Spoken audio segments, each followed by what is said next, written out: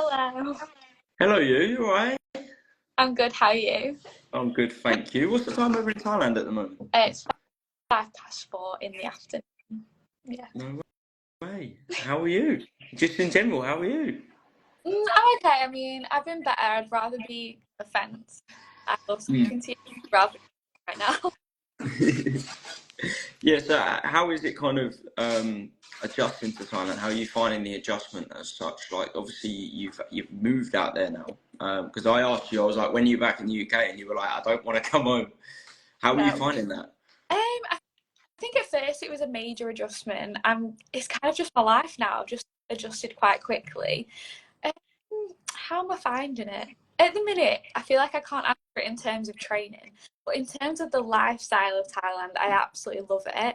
But Mm. it's not good at the minute. It is thunderstorming, raining, like it's grey skies right now. It's not all it's cracked up to be.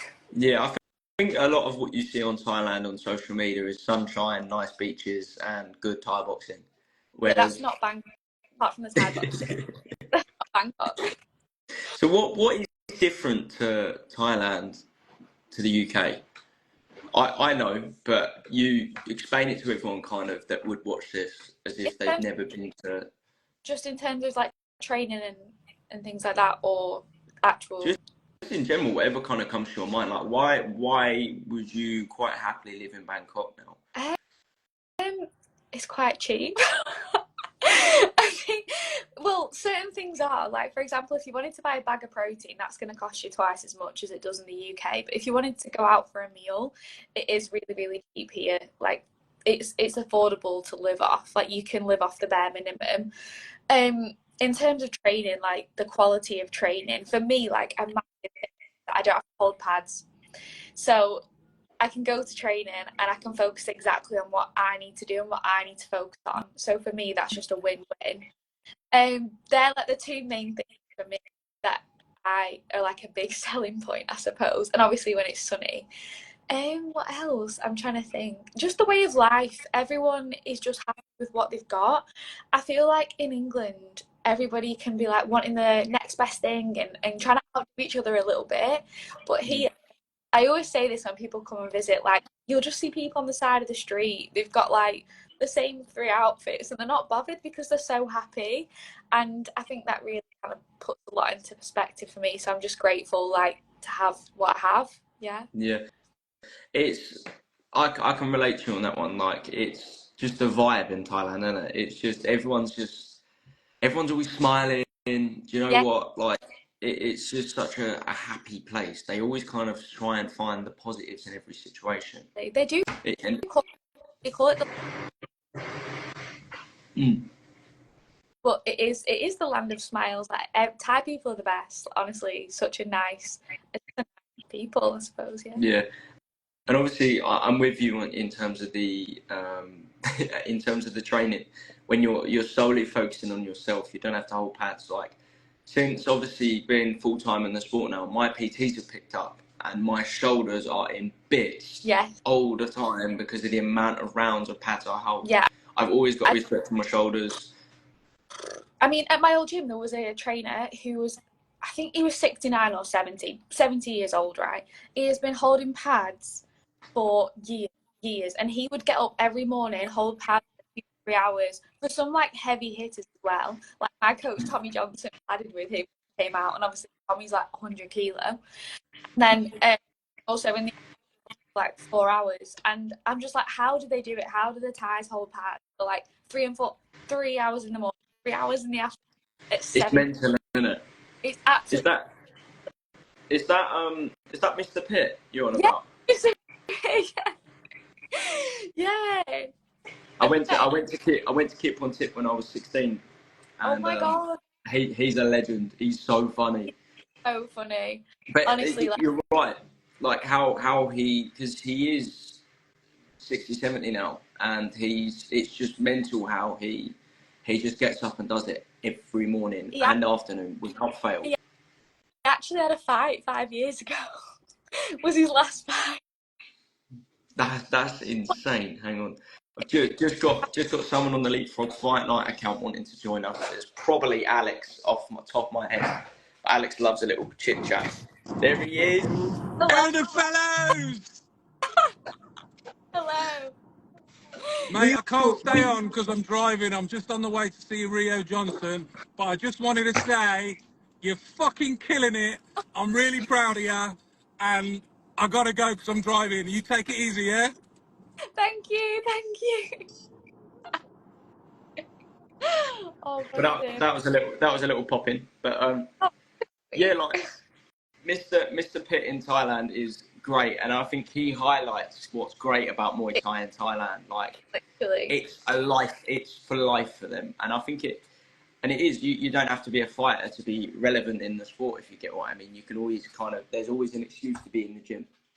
Yeah, 100%. I mean, there was loads of people that were just kind of there learning Muay Thai and on holiday when I was at that gym, and all the trainers like took them under the wing. So yeah, 100%. You don't have to be a fighter to do Muay Thai, especially in Thailand, especially like in the more touristy areas.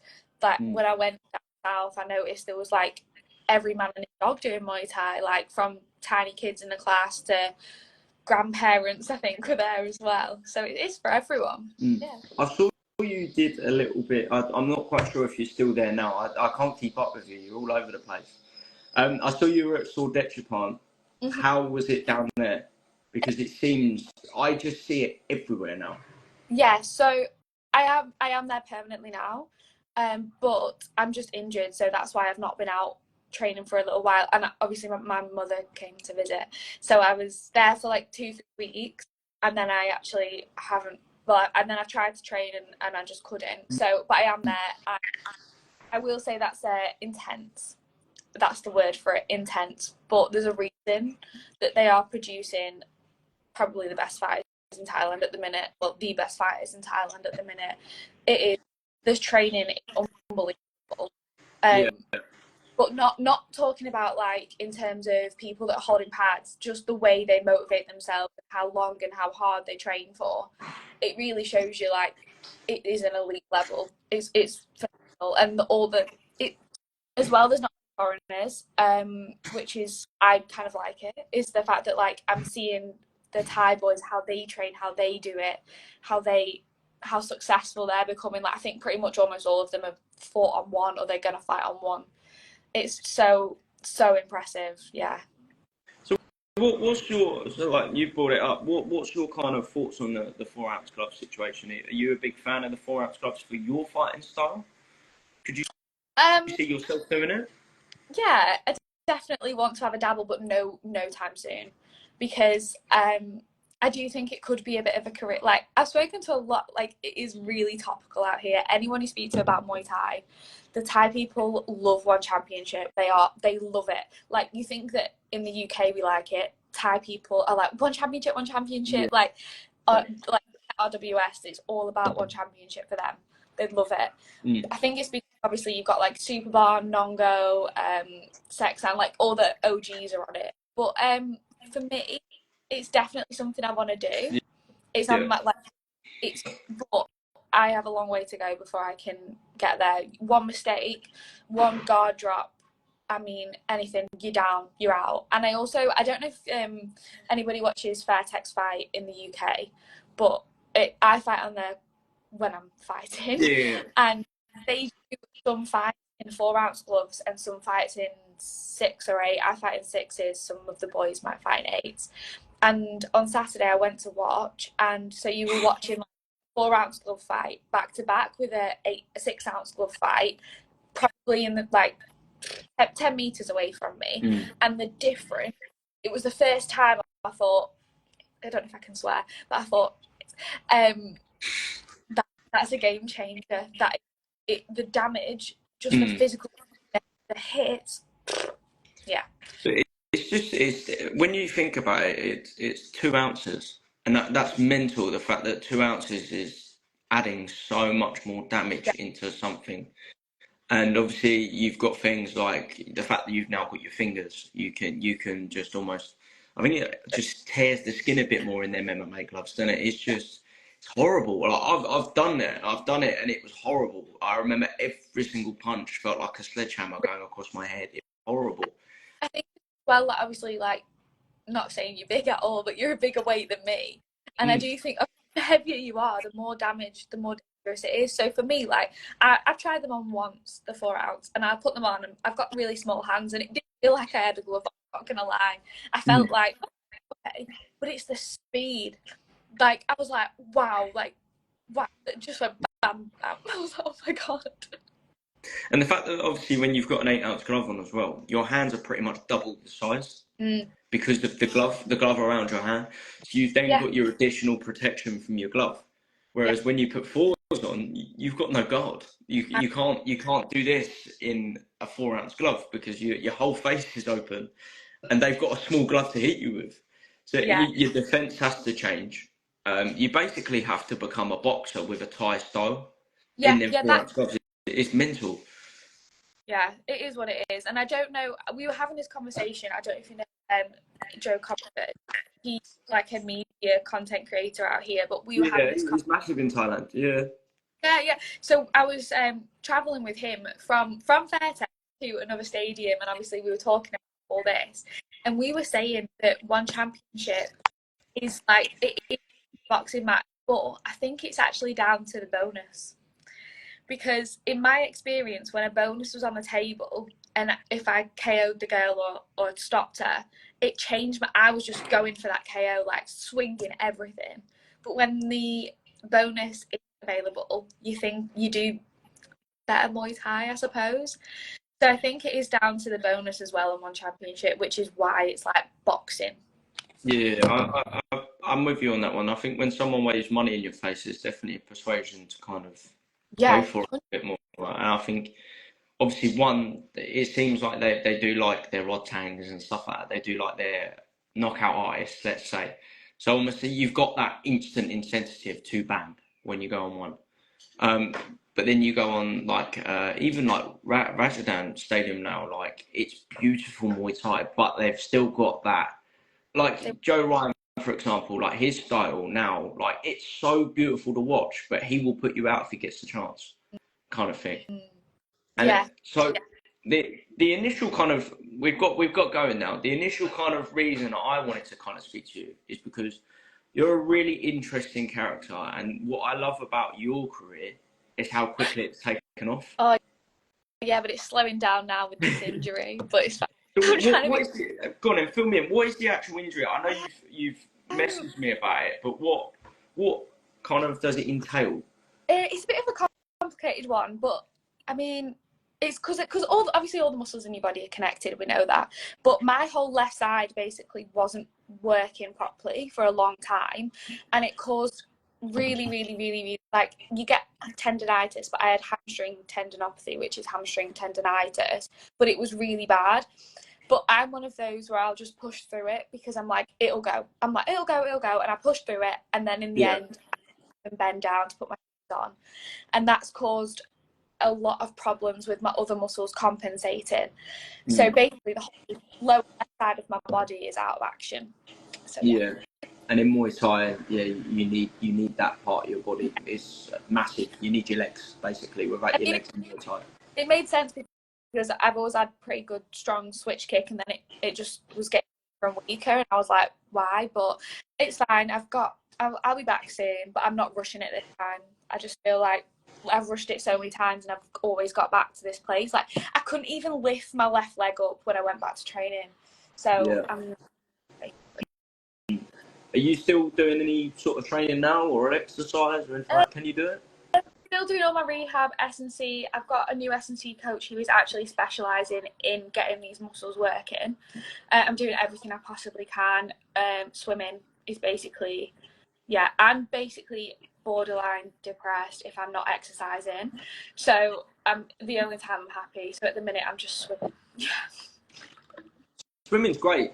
I used to love swimming because it's a weird feeling when you've done loads and loads of swimming. You get out of the pool and you are knackered, but you're not sore. It's low impact. That's why I'm doing it. Yeah, low impact. Yeah, it's so strange. You feel like when you've done it, you've had a really harsh workout, but your body's brand new. Yeah, It's tomorrow. so weird. It's Yeah, so weird. So obviously you're quite open about the fact that you used to be a big party girl. You used to love a party, and now you're on the other side of that life. Really, you're kind of gone the complete opposite. You're now all about health. You're now, well, you get smashed, you get your head smashed in, but other than that, you're all about health. What? yeah. So my friend just Where did it all change? when I found Muay Thai, basically, God knows where right now. I was always one of them people. It was like if you do really well in the week, healthy, and you go to the gym, you can do whatever you want on the week, eat whatever you want, drink as much as you want. And I was always that girl. Like I would never just go out for a glass of wine. Like ever. I'm like that. Always had to be the most drunk in the pub on a Friday, like without fail, and then I won't even say anything, but like I would make such bad decisions. Like I probably like could be arrested for half the things I did. I'm not gonna lie, but I found Muay Thai and then I just was like, I can't train Muay Thai and drink. You can't do it. You can't go training hungover. You can whack out an arm day hungover, no problem, but you can't train Muay Thai hungover. So yeah, in answer to your question, that's why. So obviously, what even made you discover Johnson's Muay Thai gym? Is it local to you? What made you want to go to Johnson's? So it was my ex-boyfriend. We actually are still on really good terms. Like he still fights out of Johnson's. Like it's all fine. But his brother, was kind of fighting out of there. He'd come back to it from being young, and he just started doing PTs. So I was like, okay, I'll give it a go. So we went and we did a PT, and then I really liked it. So I went to the ladies' class, and it was just like that, really. What about Muay Thai kind of got you going? Because me and you both know there's so many things about this sport that's beautiful and attractive to just change your life. But what is it about Johnson's that made you go, right, do you know what? Right, that's it. I'm going to pack everything in now. I'm going to graft. I'm going to get going. Definitely my coaches, without a shadow of a doubt. I always used to like go to all the classes. Like when I say we have classes on at 6 a.m. every day, we have classes on. I think it's like 3 or 4 classes including at night. Like we have so many classes, and I used to go to everyone. And then if I didn't go, Tommy would be like, "Oh, you're getting lazy," and he always used to he's like savage, honestly. And I remember distinctively, I was doing S&C. Someone commented about fighting. Alice, the female coach at my gym, head coach, she was like, "Oh yeah, Ella will win next." And I was like, "What are you on about? There's no way I'm ever doing that. No, I'm not fighting." And she was like, "When you know, you know." She was talking that she knew that I would fight. So yeah, definitely them. Like it's mad because you sound like me in a way. I when I was doing it was like I hate fighting. I'm not doing it. It's not part. It was never part of my character. Like I'm not a fighter. I'm not a fighter. Absolutely used to despise any sort of conflict or violence or anything like that. That's And I mad. still managed. How long? I still managed to do it for 52 times. So, and it was mental. What did they do to drag you into a Muay Thai fight? They didn't have to do a lot, to be honest, because I think by the time it came round to it, I was almost gagging for it. I was like, yeah, like I'm not like you, to be fair. That is where we might be similar, but I'm always like, especially when I've had a drink, I'm up for an argument, which is another reason why I don't drink. But yeah, like I've definitely got like I've got a fire in me, and it was just a way to kind of get that fire out, but in a controlled manner, I suppose. Yeah, I get that from my dad 100%. So when it came down to it, I think it was Carl Ryan's show, which is why I'll always support Joe and Carl. Like what they did for me, they literally let me take this fight on 4 days' notice, and yeah, I just took it and I just thought, God, let's just go for it. Yeah. So your first fight, was it N class, I assume? Yeah. So who was it? Who was it against? What? Like obviously Carl Ryan's show. What was it like? Remember it?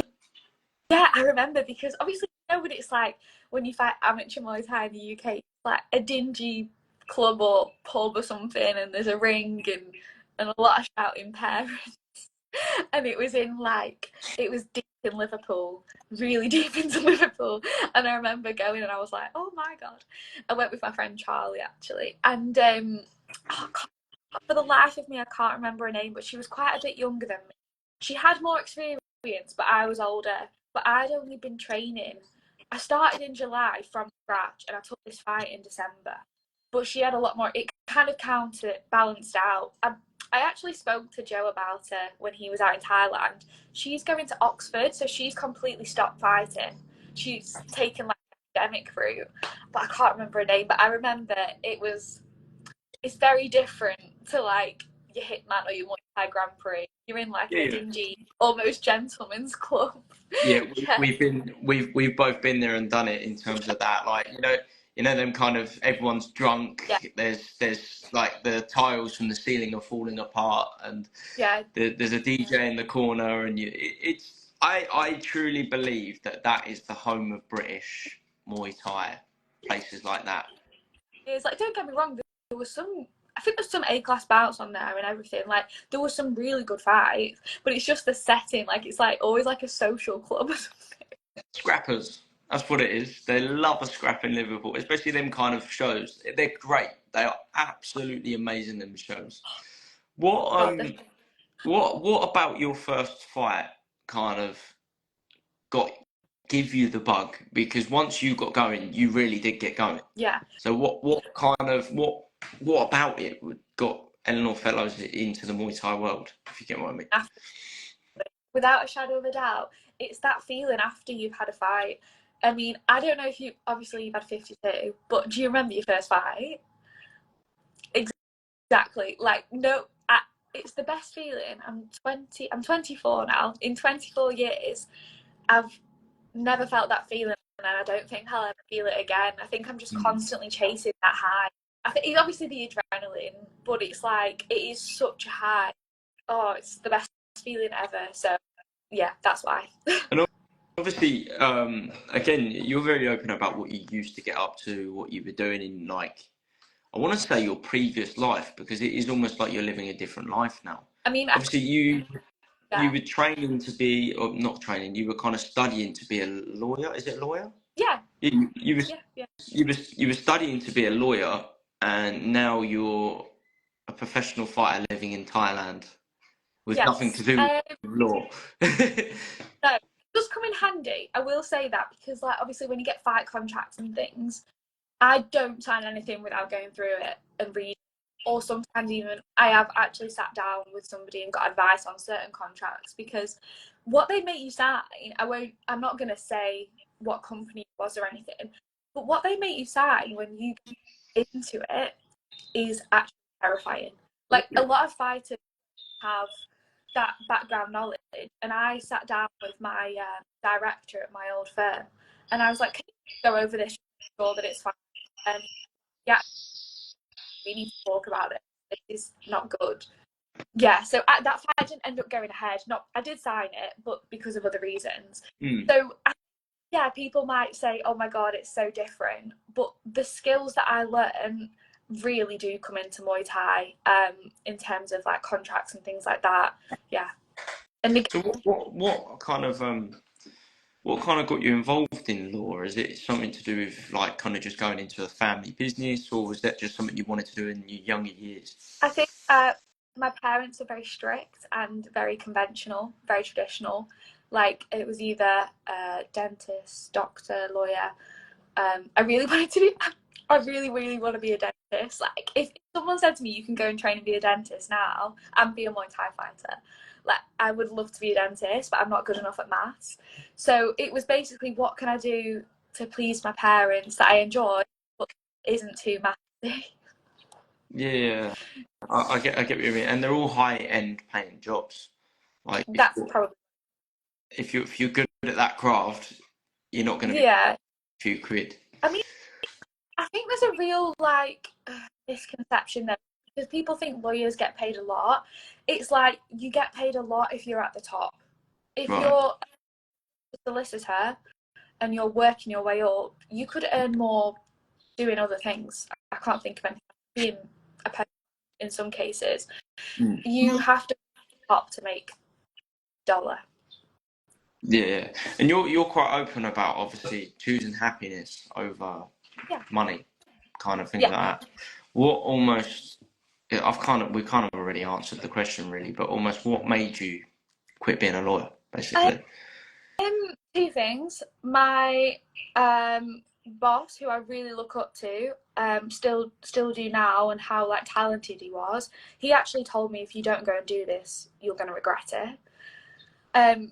So yeah, I think he was kind of thinking about his choices. And secondly, seeing what the lawyers at the top, like what they do and how many hours they put in, and then also how unhappy they were, or like not as happy as they could have been. That kind of made me think, I don't know if I want this. Yeah, it is one of those things, isn't it? Obviously, they have to sacrifice a lot, but like you said at the top, they're getting a lot of money. Yeah. So it's what do you choose? Do you choose happiness, or do you choose to have a successful career and live your happiness in your later life with a lot of money? Exactly. This is a very deep conversation now. Yeah. But It's a good conversation. It is. Society like tells you like to be happy you need X amount of money, which because you have X amount of money, you have disposable income, you can buy more things, you can do things. But really, do you need to buy those things? No.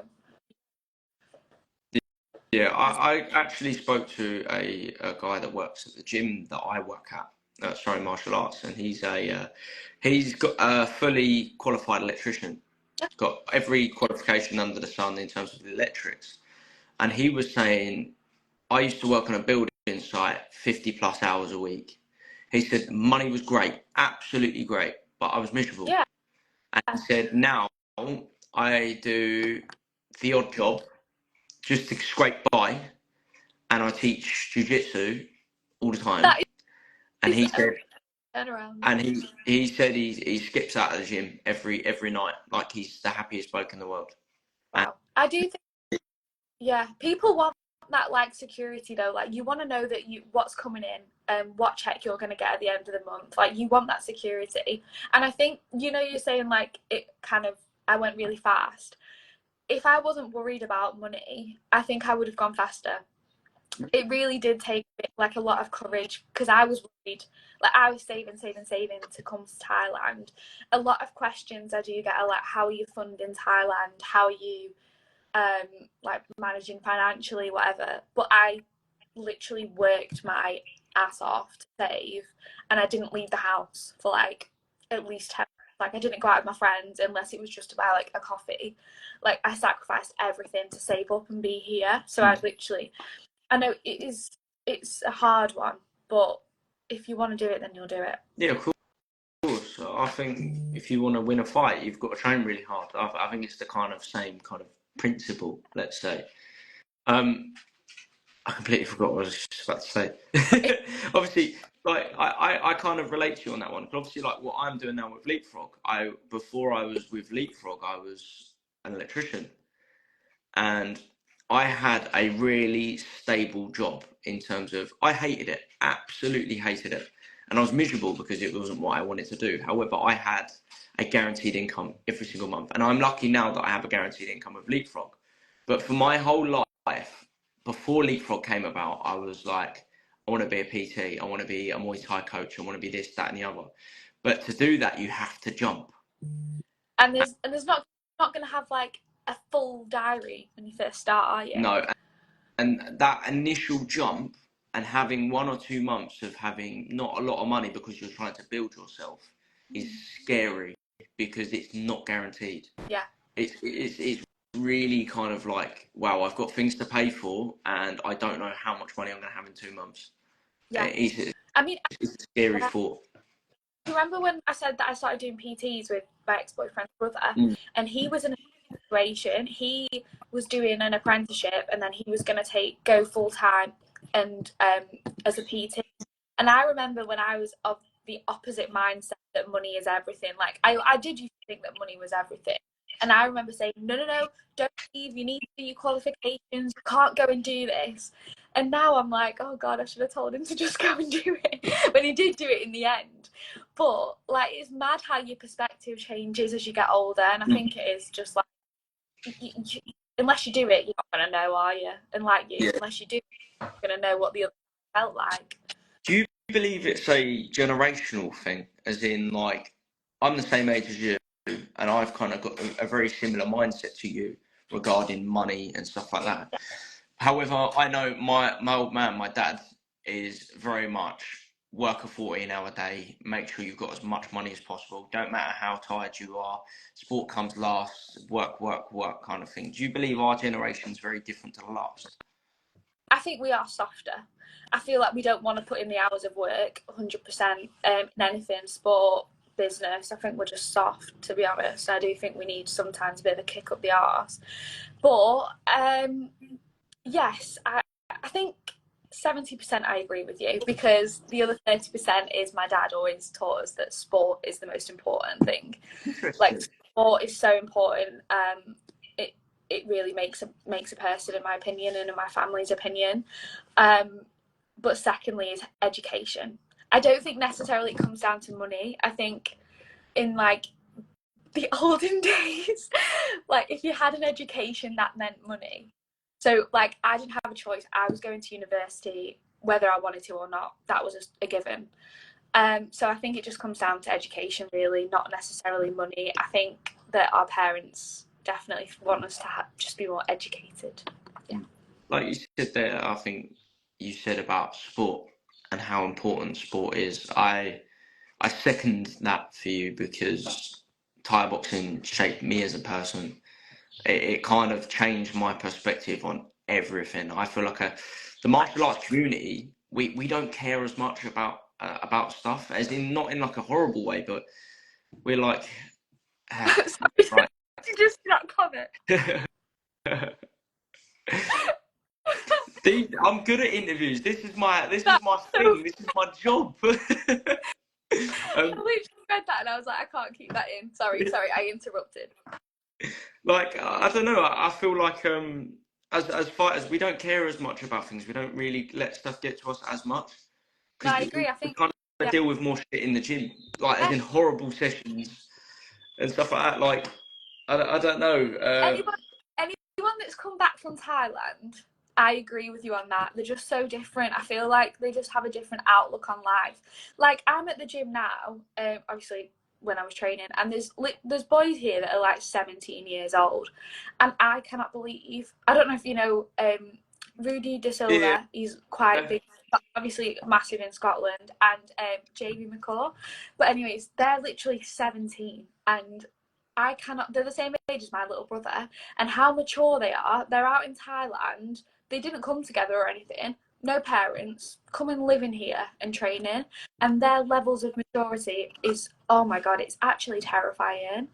But I think it is Muay Thai. I genuinely don't know what it is. I think being surrounded by people that are preparing to go to war, I suppose. Like, I mean, it just puts it loads into perspective. Yeah, it's mental, isn't it? Because I definitely weren't at that stage when I was 17. Yeah, I was fighting when I was 17.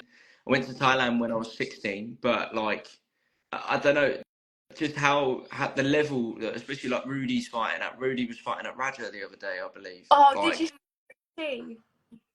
Yeah, that was a great fight until he got his lips a bit open. There's a rematch. There's a rematch coming. Yeah, and obviously, just Rudy's just hard as nails, because the fact that he split his lip clean open, but he's fighting this weekend, I believe, in Scotland. Oh no, I don't think he is, because he's still. I mean, he lives opposite me. Does he? He's fighting next month, I think. Yeah. Next month? Oh, it's on the Hungry Side show, whatever show it is. But yeah, he would have carried on that fight. It was called off. Yeah. I mean, I was sat, wasn't it? Doc stoppage. Yeah, doctors. But I mean, I was sat pretty far away, and even I thought, like, oh my God, sorry, my friend keeps calling. Dad says you don't sound northern anymore. It literally, his lip was like flapping, and he was fuming that the doctor stopped it. Yeah, it shows the heart of a fighter, I believe. Yeah. I genuinely do. I completely agree with you in terms of Thailand just changes people in terms of their outlook on life. Yeah. 100%. I can't words genuinely. Over there, they're very big believers in karma. I found they're very much like they believe even if you give out good things come back. That's how I kind of see it. The Thai people. But I also think that's not just Thailand. Like, I spent quite a lot of time in Singapore, and I think it's an Asian thing as well. Like, someone would, for example, like a guy at the gym would always bring us like morning drinks, just always bring. And it's like, if that was in England, you'd be like, well, what do you want in return? It's always if you're giving something, you expect something back, and vice versa. But in Asia, it's just everybody genuinely. I'm not saying everybody. I am generalizing, but it's just a more kind. Maybe it's the sun. Everybody is so much kinder and more generous, and it's like, oh, I just saw you, thought of you. Like, I'm gonna give you this. Like, but whereas in England, everybody seems to have an agenda. I feel. Yeah, it's almost like for them, making someone smile or making someone happy is enough of a payment for them. That's a rare thing in the UK these days.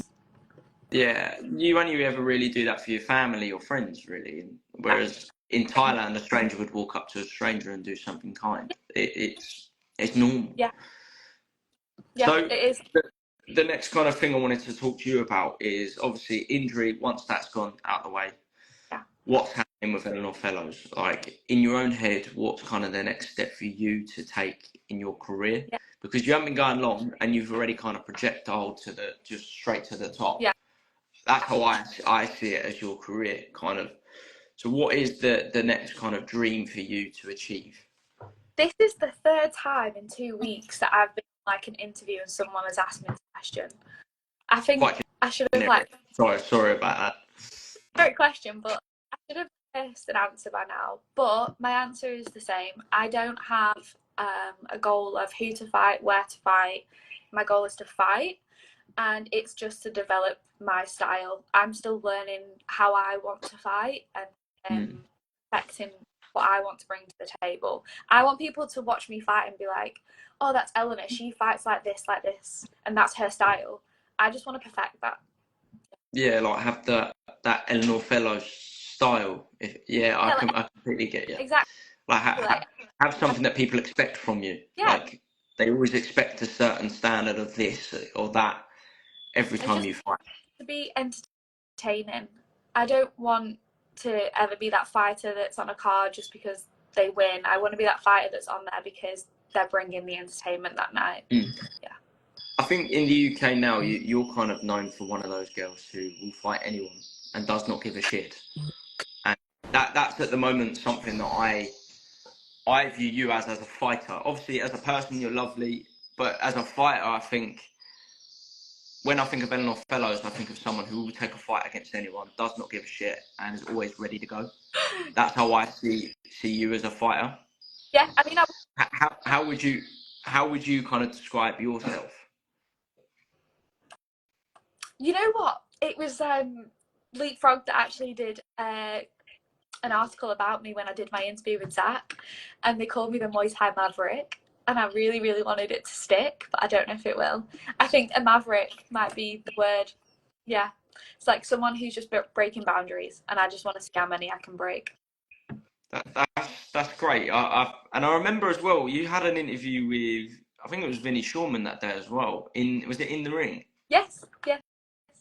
I remember it still to this day, and he spoke very, very highly of you. Fill everyone in. What was happening? Can you remember it? Because obviously you just had a war with, I think it was Daniela Miranda, wasn't it? Yeah, it was a war actually. It was an unexpected war, which made it even better, I think. Yeah, he was basically saying that I was like Nico Carrillo, which is so far from the truth. But hopefully, at least I'll be able to watch him train now when he comes to Sor Dechapant for his next fight. But he was saying I'm like that, but I don't agree. I just think that's.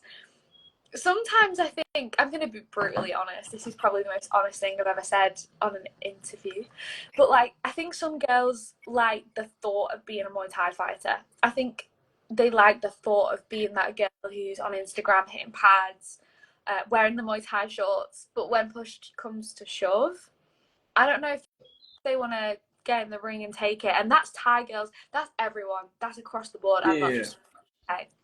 That's everywhere. But I think when push comes to shove and you have to bite the bullet and put a gum shield in and get in, some people just aren't willing. So yeah, I think that's I it. think a lot of guys are like that as well, being Maybe, honest. yeah. And I think it's a lot about, would you say, status? Almost Yes. having that status, and it's almost like a personality trait they see it as. Yeah, I'm a fighter. It's something you Yeah. can kind of sell yourself with. Yeah. And I believe that you genuinely enjoy fighting, and you can tell you do because of the amount you fought in such a short space of time. Someone who didn't enjoy fighting wouldn't be fighting that Yeah. much, if you get what I mean. Yeah. So you can tell you genuinely love what you do. But I am with you on that one. Someone who kind of takes a fight, gets their poster, whacks it everywhere, and that's kind of it. And you never really see them in the trenches, let's say in the gym or anything like that, and never wants to take that really hard fight, Yeah. for example. It frustrates the girl because obviously, like, we're just kind of coming on the scene as well, and it's like, just take the opportunity, just take the fight. Like, I do get really frustrated because obviously we're trying to like break these boundaries and be treated the same as boys in this world, and then that kind of like status situation comes into it. So yeah, Yeah, like obviously, I think that Danielle Miranda fight comes to mind in terms of, she's been around for how long compared to you, and she's yeah, had but, so many high level fights. yeah, yeah. Daniela is amazing. I absolutely I love Daniela. I've spoken. I always like one of the nicest opponents. She still checks in on me, like being out here. She's so kind. Yeah. Yeah, I did an unfiltered episode with Daniela, and I felt like me and her could have gone on for hours, like genuinely hours, because she just loves Muay Thai and loves fighting and loves life. She's such a happy person. Yeah, she's another one that will fight. I think she'll fight anyone and everyone. Yeah, I think that's why I was really looking forward to that fight, because it was just like, holy shit, these two like love fighting anyone, and it was like they're gonna fight. Oh my god, they're gonna fight. I It got was just amazing. so many messages before that fight, like, are you fighting Daniela? Are you fighting Daniela? Because it all happened in like 24 hours. Oh, it was weird. Oh, it's wild. So obviously, you did take that on quite short notice, didn't you? Yes. What was it? Yeah. It was less than a day, wasn't it? Yeah, my opponent got denied entry to the country. She was meant to be from Turkey, and then Daniela was the only person in the UK that we could get to fight me, basically. Like, literally, I think because she was meant to fight Meg Corwell on the same day, so she'd been in a fight camp up until like the week before that was cancelled. So, but it was just the weight. But I could tell that story a million times. I feel like everyone's heard it enough about the weight situation, but it is what it is, and it was a great fight. I think people enjoyed it. It was a great fight. I think the fact that people are still talking about it today, yeah, shows how good of a fight it was. And it was just Muay Thai all over. Like, and when I say that, you understand what I mean. As in, just everyone's smiling, then beating the shit out of each other, then smiling again, then smashing each other up, then saying like, "Oh, well done." Yeah. Then everyone's chatting. Then she's messaging you on Instagram. Like, it's just Muay Thai. That's no other way to describe it. It's just amazing. That's so true, actually. So plans for you, obviously, you said you're quite happy in Thailand now. Yeah. How kind of, because I've never been in Thailand long enough to kind of get the visas and stuff like that. How does it work out there? Can you stay there for the rest of your kind of adult life and it be okay? How does it all work? Most people just get the stamp when you come in the country, then you go to the immigration office and extend it for 30 days, and then you have to leave the country. I'm really lucky because I have family in Singapore, so I've got a base there. I've got a home. Like, I can go there when I feel homesick. So I've actually just gone there whenever I feel homesick, and every time I leave, my visa resets. So it's not been an issue because like I went to go on New Year and things like that.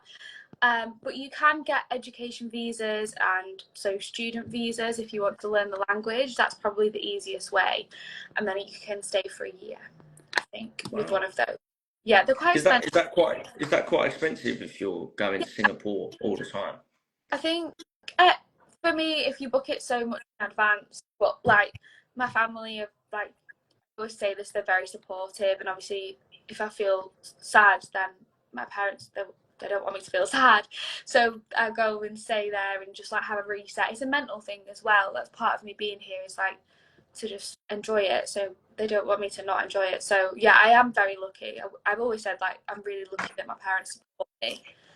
I wouldn't be able to fund this or be here if it wasn't for my parents. So yeah. And obviously you said they're very supportive, but also earlier on you said they're very like well driven in terms of you were going to university, you were going to study law.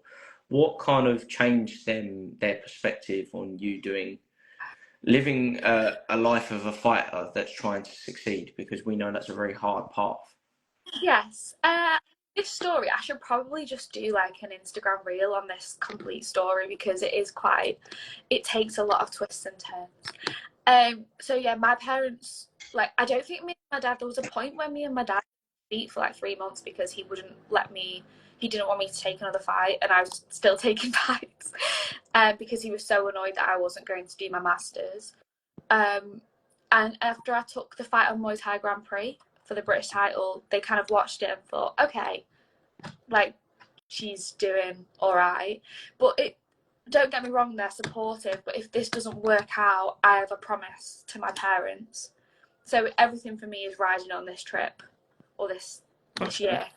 Yeah, so it's not just a case of I'm here and I'm going to do it until it's working out. It's like, if it doesn't work out, I come home and I fulfill the promise that I made to my mum and dad. Yeah. Okay, and what is the kind of thing that you need to work out over there? How I can make a career financially. Yeah, how I can just it's all about money. I know we said it's not about money, but it does come down to you need to pay for things. Yeah, it's not making money. It's like, how can I just stay here, basically. But I have like a 10-year plan, not in terms of like winning fights, but I have a 10-year plan. Yeah, so, I love that. What is that? What is that kind of plan for you? I see myself like, I want to fight for as long as I can. Like, I actually don't want to start fighting until I'm 38. I think was my cut-off age. Like, I don't want children until I'm like 40, which a lot of people go, but I'm like, no, that's like, I'd rather fight, because I'm so joining so late. And then after that, obviously, I want to fight, and I really want to open a Muay Thai gym. But yeah. Where? That's something that is to be confirmed, because I know it won't be in the UK. Ooh, okay. Actually, saying that, I know you've been to Singapore quite a few times. Is it that? It's that gym with the pineapple. That's how I always do it. What is it? Is that a gym that's just close to where your relatives live? Daniel McGowan recommended me this gym. I went on his recommendation because Winner, who is a fighter from Singapore, she's actually now, it's a funny story, but she's like my best friend, similar weight to me. So he suggested to go train with her, spar with her. And then I just absolutely loved the gym. And the trainers there, their credentials, if you put it on paper, you'd be like, you're joking. They're not all in one gym under one roof. It is phenomenal. Yeah, I just really, it's a proper family. It's a family. It is my home away from home, I always say. Yeah, you're one of those people at the moment, I feel like, in the Muay Thai world who can kind of go anywhere or work with anyone and be welcome. Oh, because thank you. I've seen obviously you've worked with MTM doing the photo shoots and the advertisement for their brand, and that's incredible. That's amazing. That's a great brand to be advertising. Seen you've been working with Last Bastion. I know that's obviously Fight Division. Sorry, they've changed their name, haven't they? Yeah. Just recently. Just recently. Seen you've been working with them. That's great. That's amazing. And you obviously, I believe at one point you were doing interviews as well with them, weren't you? Was it? Yeah, a little bit. Yeah, I was. I've worked with Miles and Lucy quite closely since my fight on Hitman now, which is like, God, that was like a year ago. That was a year ago. Yeah, so I've just recently kind of got back in contact with them. They were seeing if I was keen to join Fight Division, so I'm just gonna see how that one goes. I think obviously it's like this big new thing and everyone's like seeing how it goes. So I'm excited to see. I think it'll be really good. It's a great idea. But yeah, also MTM, like I met Ellis when he was over for his WBC fight and we just got on really well, and I love him and Becky so much. Like honestly, the hours they put into their brand, I'm just grateful that they want me to even wear their stuff. So yeah, no, I get what you mean. It's great because like I said, you've worked with near on anyone that you kind of approach, really, anyone that, and you give them their money's worth in terms of what they want to invest in you. I hope believe. so. Yeah, I don't get like or anything as such. But I just want to, if it's a two-way street, if they're kind to me, then I'm going to give as much back as I can to them. Yeah. Yeah, of course. Like, I've just seen like the shoots you've done for MTM. Obviously, any interviews or any footage or things like that you've done for Miles and Lucy, it's great. It's really good. And like you said, you're going to Singapore and you're welcomed in Singapore with open arms now. You're obviously smashing it in Thailand. You've got a great reputation in the UK. It's just one of those people that are just you're known for positivity in the fight scene, I believe. I hope so. Obviously I did my post today. I've just started working with Fight Story. You know Angela Lee. Oh yeah, yeah. I literally just saw that on your story. Yeah. Funny enough, I've recently just started working with them because there's like an issue. I'm going to share it when I feel comfortable, but there's an issue that I want to share, and I'm going to help work with them to raise awareness on it. But I know what you mean. Like, I just want people to kind of go on my Instagram or go on my TikTok and see the positive side of like fighting and Muay Thai. Yeah. Yeah, your vlogs are good. I like the vlogs you do. It'd be like... I just cringe at that so bad. Why? Oh God. I hate it, but my friends like, no, keep doing it. My friends at home basically like to see them. They like to see what I'm up to, so I do it for them, really. Yeah, it's quite. I'm quite a nosy person, so I quite like going like, oh, what's she up to today? Oh, that looks nice. Or like the other day, I watched one where you were rating food in Thailand. Yeah. I think it was on your TikTok. Was it on your? I might have been on your TikTok. It was on my TikTok. And I was just like, stuff like that. It creates interaction. I'm genuinely just like, oh yeah, I like that. I don't know why she don't like that. I love that, like kind of thing. Like, but then like you're explaining your reasons, and then you're like, right, come with me. I'm at the market today, and this, that, and the other. I think it's great. And you, in terms of a fighting brand, as in Eleanor Fellows, are doing a great job. I genuinely feel like you're someone who female fighters should look up to in terms of fighting mindset, and I believe your profile as well, because I believe any brand in the UK, if not the world, would be kind of grateful to sponsor you, if you get what I mean. I hope so. I feel like I actually had a conversation with, Andy, who runs Athlon Roll, and he was talking about the differences about when he was fighting and sponsors, and he was like, every man and the dog is like requesting sponsors these days. I do, like we all, as fighters, we all want help, we all want to get there, but I think if you work really hard and you put in the graft, then the opportunities will come. So I've like stopped posting for sponsors now or anything, and I just think that if I can get myself out there and my experiences and who I am, then the opportunities will come. I think you're right on that one, because your audience is growing in terms of your TikTok. I could. What was that? Sorry. I could do more. I could post more and stuff. I just cringe so much. I've done that. Like I said, I think you have an audience now that's growing, especially on your TikTok and Instagram. Yeah. And it's nice to see, because you're reaching people, and you're almost inspiring them in a way. I believe, because you're setting a bar for like, right, fighters, you should be doing your vlogs. You should be letting people know what you're up to. Like, more people need to know how hard it is to do what you're doing now. Yeah, that's true. I mean, I hope people kind of look and think, oh, I can do that too. That's a really nice thought. So yeah, fingers crossed. I'm gonna let you go soon, because I know you've got another meeting soon? I do have. Yeah, so I'm gonna let you go so you can get ready for that. But I really, really appreciate your time today. I appreciate you having me on Leapfrog Fight TV. And I look forward to seeing and hearing more good news from you soon. I hope injuries heal up as quick as they can. And I'll speak to you soon, Eleanor. Yeah, thank you. Thanks, Joe. See you later. See you later. Bye.